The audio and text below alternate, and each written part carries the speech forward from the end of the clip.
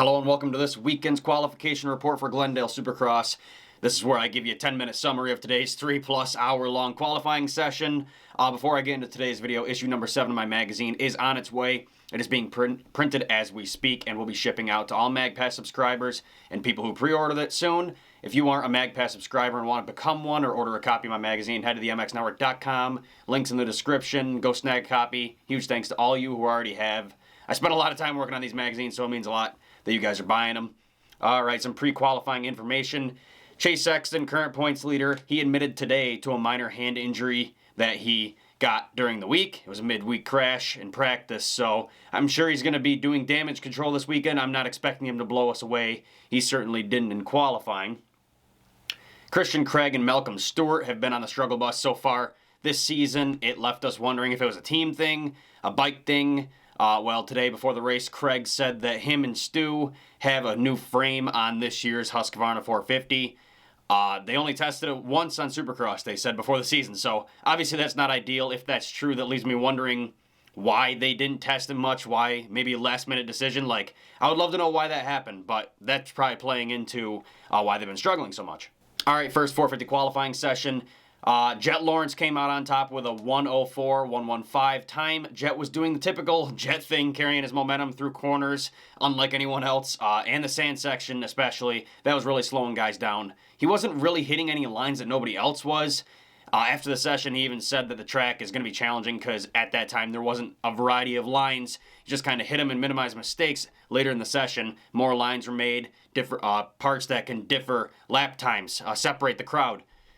Second place, Jason Anderson, a 1:04.677. El Lumbre looked really solid in the first session today. Again, not a huge variety in lines out there, but yeah, Jason was really powering through the whoops. I think that was a good spot for him. He was keeping the bike low, as he usually does, riding really aggressive.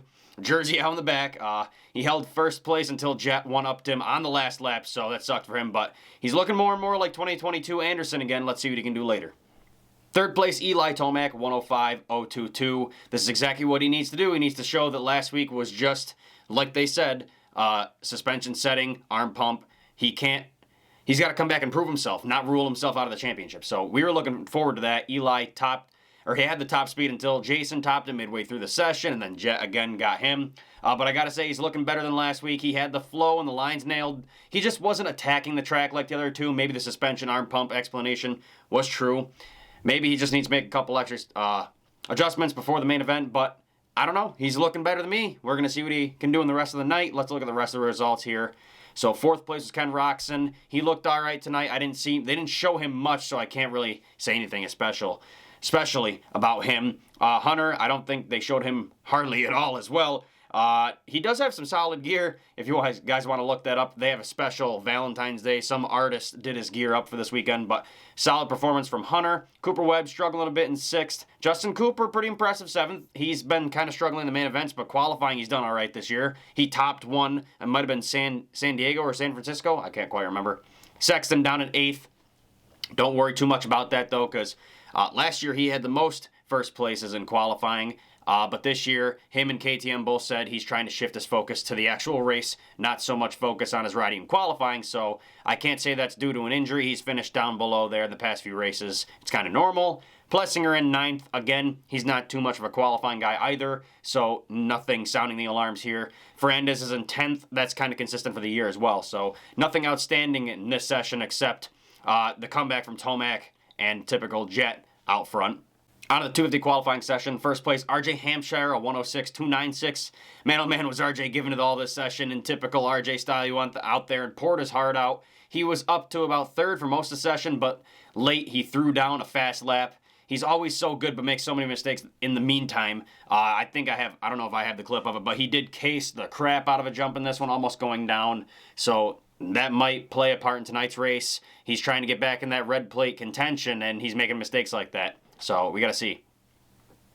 Second place, Levi Kitchen, points leader, tied with Jordon Smith. He got a 1:06.349. The chef held down P1 for the majority of the session until RJ stole it. Levi, I got to say, he's looking so good. He's the favorite for tonight, according to a whole bunch of online polls I saw across many platforms. I honestly can't believe how much momentum this kid has right now. Like a fresh start on Cowie, the red plate, comfortable on the new bike, obviously. He's got the fitness. Obviously, it's all lined up for a championship run this year. He just has to stay on his bike. But yeah, he was going to get the fast lap. On the final lap, unfortunately made a small mistake slowing him down. It wasn't like RJ's mistake where it was like almost falling off the bike. His was, he just jumped over a double. I don't know if I have the footage or not. He just jumped over a double and tapped a tough block, so I mean, nothing insane. Third place, Joe Shimoda, 106.584. Joe was sneaky fast in this session. He was pretty far back for the majority of it, but he must have found his rhythm as he rose to third midway through the session. Unfortunately, I don't have much to say about his riding as they kind of ignored him for a lot of the session. Either way, third place is pretty solid, especially with how fast Levi is, finishing behind him and ahead of Jordon in fourth. That's pretty impressive for this session. Hopefully tonight can be the race Joe needs to turn this ship around. It's been kind of a rough start to him on Honda, so hopefully he can figure this out. I wanted to mention this. Nate Thrasher, he finished 9th. He struggled to lay down a good lap the entire session. He even took a dirt sample. That's why I wanted to tell you. He crashed midway through the session. Here's that on screen. Overall, a disappointing ride from him. Hopefully he can turn this around. Nate Thrasher was doing incredibly last year, and this year it's been kind of the opposite. I mean, we know he's got mistakes in the past, had mistakes in the past. He's known for it. He's known for the inconsistency, but he can be a race winner and a podium contender, so he's got to get back to that, man. All right, the rest of the results here. Like I said, Jordon Smith in 4th, just behind Joe. Julian Beaumer in 5th. Got to look out for him tonight. Mitchell Oldenburg looking good in 6th. That's an impressive ride. Garrett Marchbanks up there. Again, impressive above factory riders. Ryder D, Nate Thrasher, like I mentioned, and Carson Mumford rounding out the 10th place. Another non-factory ride, pretty incredible for him. All right, 450 overall. Jason Anderson made moves in the final session, boasting a 103.4 lap time. He seems to be hitting a line onto the step on, step off jump instead of rolling the first one and then jumping, like I think it's triple onto it.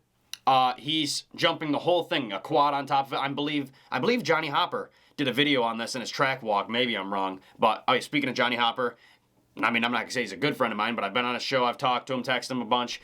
I think this is his first media event, so good luck to you, Johnny. Anyway, yeah, I think this is the jump that Johnny was talking about in his video.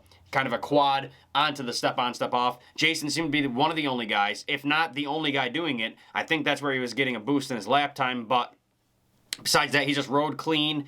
Never saw him make a mistake in the session. Hopefully he can carry this into the night show. He's been okay this year, but he hasn't gotten the win. Let's see if he can get one tonight. All right, what else changed in this session? Hunter Lawrence struggled. He dropped from 5th from the first session to outside top 10. I believe it was 13th. I don't have the outside of the top 10 on my screen, but either way, that's pretty rough for him. I don't know what was wrong. They showed a couple laps of him in the final session, and it just seemed like he couldn't lay down a lap. I don't know what changed. Maybe his bike settings weren't. They might have been really fitting for the first. Nice, clean, kind of rough track. The second one was more abused. It wasn't as rough. It was just all the jumps went from peaky to rounded. So maybe that affected his bike setup. I don't quite know, but that's rough. That's a big difference from him. Malcolm Stewart made his way into the top 10 with a solid 6th place overall placement in the final session. Good for him. We haven't seen much of him this year. Hopefully we can. Christian Craig also, his teammate, made his way into the top 10. That's good for him. He really needs to turn around. They both need to turn around this at this point in the season. It's been rough for the Husqvarna boys. Besides that, not much change in the overall from the first session. Congrats to El Humbre on the overall. We're looking forward to seeing what you got in the main event tonight against Jett Lawrence. All right, and for the 250 overall, Levi Kitchen, he took a spill in the first turn. Not bad. He literally just slipped and fell. They did a practice gate start. He just slipped and fell in the first turn. It might have been a little wet. Maybe they watered it. Later, he came back with a fastest lap time until he was dethroned by his fellow red plate holder, the veteran, Jordon Smith. Smith is looking dangerously good tonight. He moved from 4th to 1st in the final session. He hit his marks, started jumping the whoops. Levi did too. Levi was kind of casing him, hitting him a little weird. If you look at Smith's movement through the whoops, it was incredible. So I think that helped him lead to the overall first place finish. The red plate holders battled it out for the last couple laps, but Smith held on to it, so it's going to be a good battle tonight. Those guys are really tight in speed. Let's see if the veterans got it or the young kids got it. Honda HRC rider Joe Shimoda actually dropped from 3rd to 5th overall. Kind of surprising considering how good he was early in the final session. So, again, hopefully tonight's the night for him to turn it around. It's been kind of rough for him.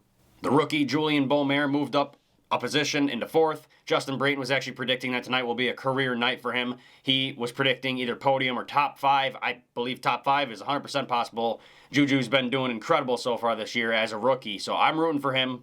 The last major change in the final overall session was Mitchell Oldenburg. He dropped from 6th place to 10th overall. Oh, and one more, Nate Thrasher. He was looking rough into the first session, like I mentioned, but hey, he moved up to 6th place. That's more respectable. Not too bad. Hopefully he can keep it on 2 wheels tonight and kind of turn around his ship, too. There's a lot of guys who are struggling that shouldn't be this year, so he's one of them. Let's see what he can do. Besides that, not too much else in the top 10 that was relevant. And that's about it for today. That's all I got for today's qualifying report. What do you guys say? Will Jason Anderson get a win tonight? Will Sexton's hand injury play a part in tonight's race? How about the 250 class? Who'll get the red plate?